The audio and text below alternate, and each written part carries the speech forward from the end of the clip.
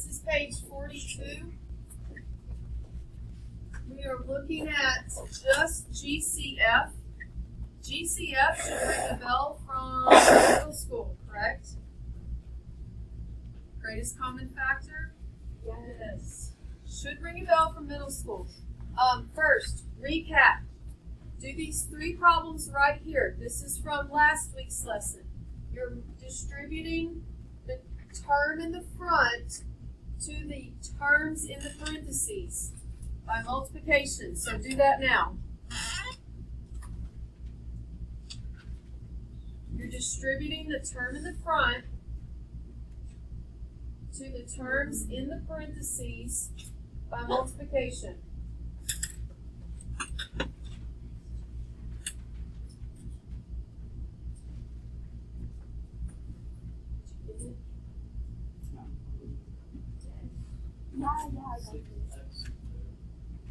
No. I was talking to him about Holcombe. Hold on. That's Holcombe.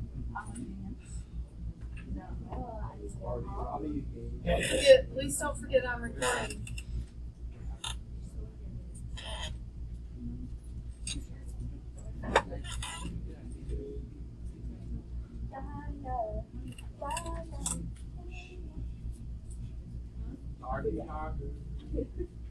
Okay, what did you get here? 2x times 3x plus 2. 6x to the second plus 4x.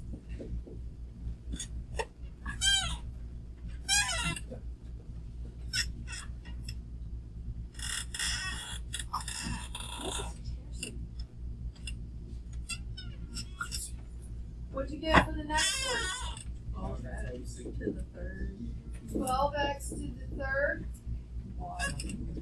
Y squared minus 3x squared y. You know, one of the things that would help probably is participating when I ask questions. Maybe that'll help keep some of you accountable. So make sure you're participating. You will not learn this math by just sitting here. It does not happen. Those days are gone. 5a distributed to 2a squared minus 4a plus 10. What do you get? 10a minus 20a squared plus 6. Good. All right. If you can effectively multiply polynomials, then you have hope for being able to factor. Factor is another word for divide. We're dividing the polynomial and breaking it down into what got multiplied in the first place. What are factors? Numbers or parts, polynomials in this case, that when multiplied together form a product. Is that something? Yes.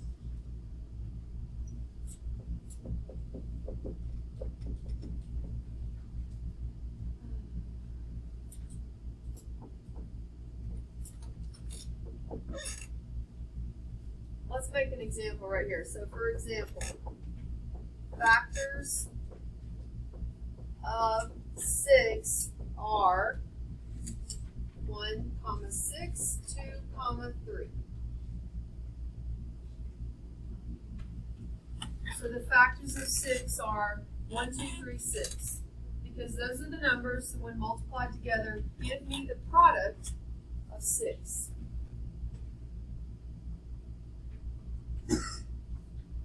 Now remember, sometimes you may have prime factors. Prime factors in terms of numbers are when it's only divisible by 1 in itself.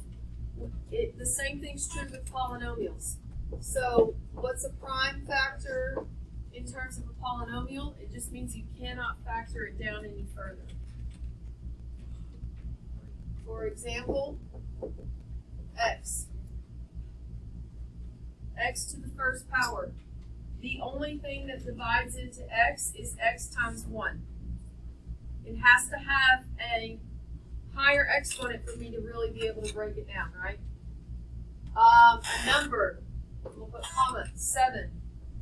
7's prime. The only thing that divides into 7 is 1 and 7.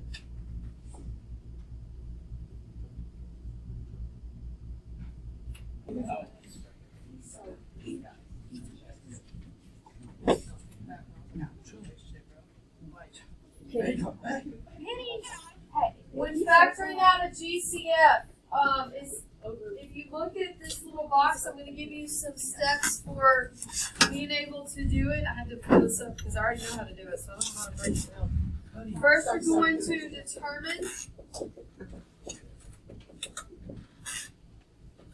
a GCF, that stands for greatest common factor, for your coefficients.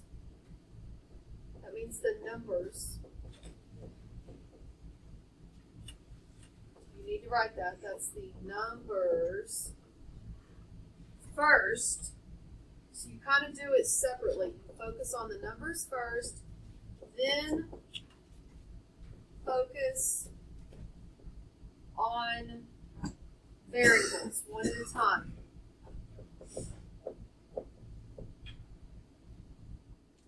One at a time.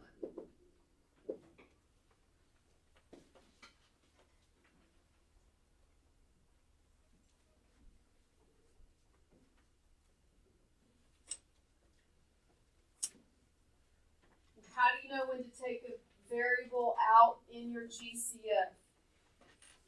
Only if it is common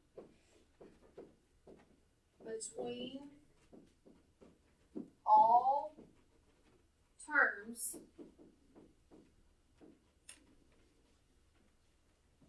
and you always use the smallest exponent.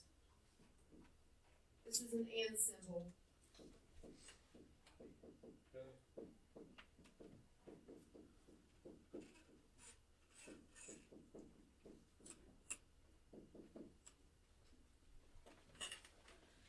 If you remember, we did a Kahoot on this. I don't remember what day it was last week. Just kind of going ahead, and I planned to continue, like to move on, but I felt like y'all weren't ready.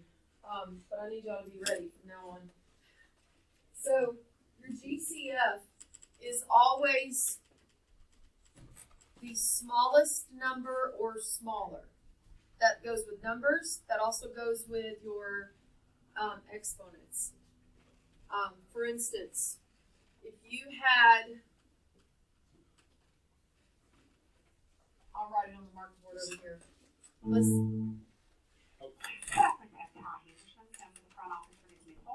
he's on the way. Go get your permit. I'll show you when we get to the back with all the examples. Remember, the word distribute means to multiply. But GCF or factor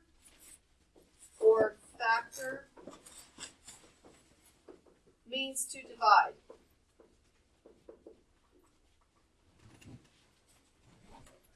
But you're not going to hear me say divide. You're going to hear me say factor. You're breaking it apart into the factors that multiply together to give you that product. All right, let's dive into the practice on the back.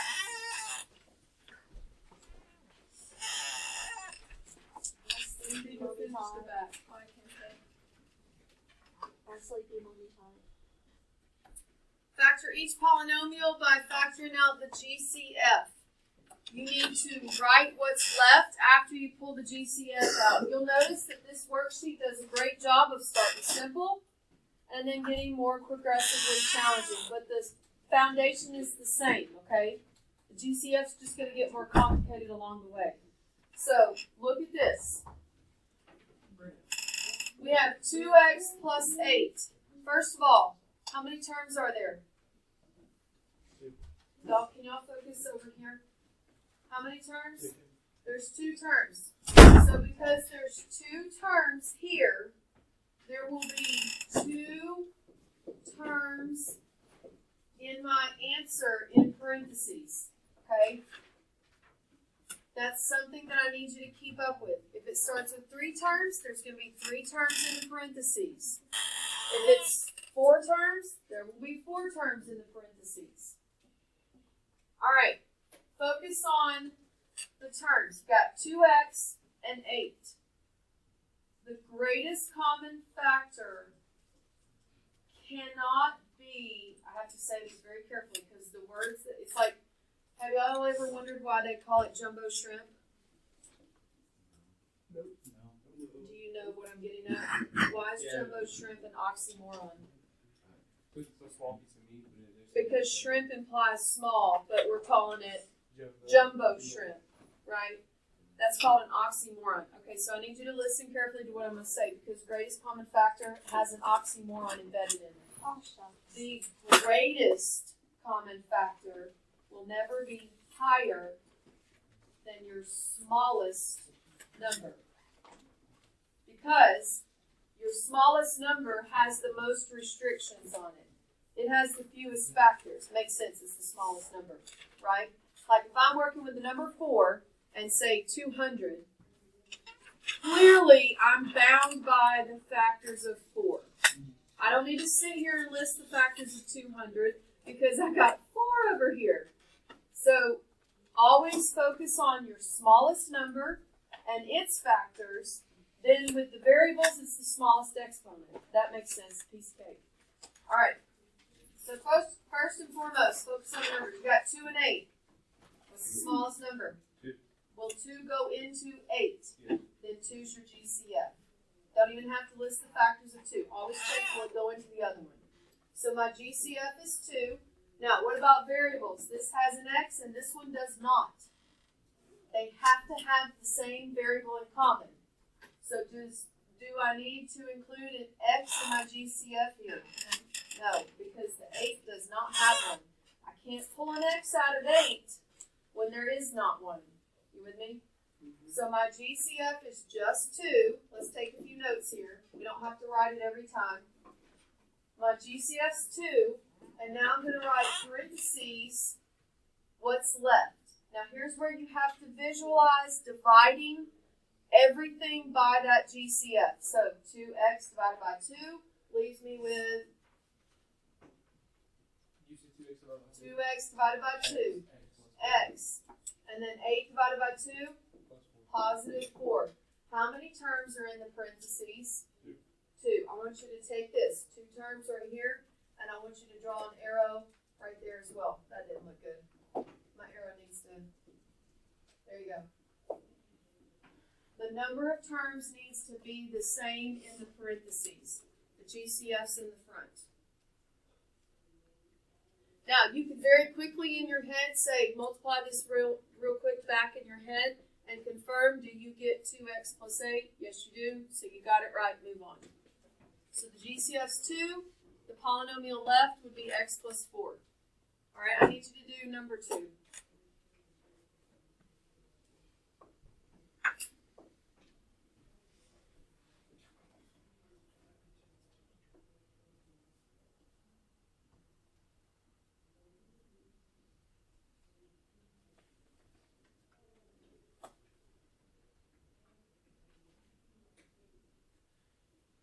What'd you get for the GCF here?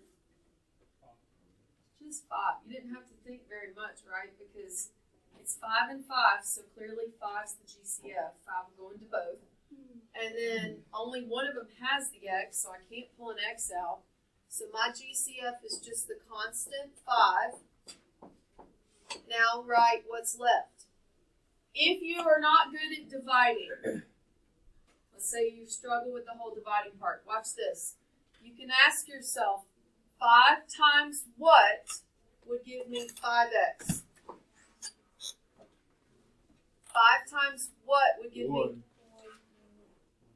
1x? 5 times what would give me negative 5?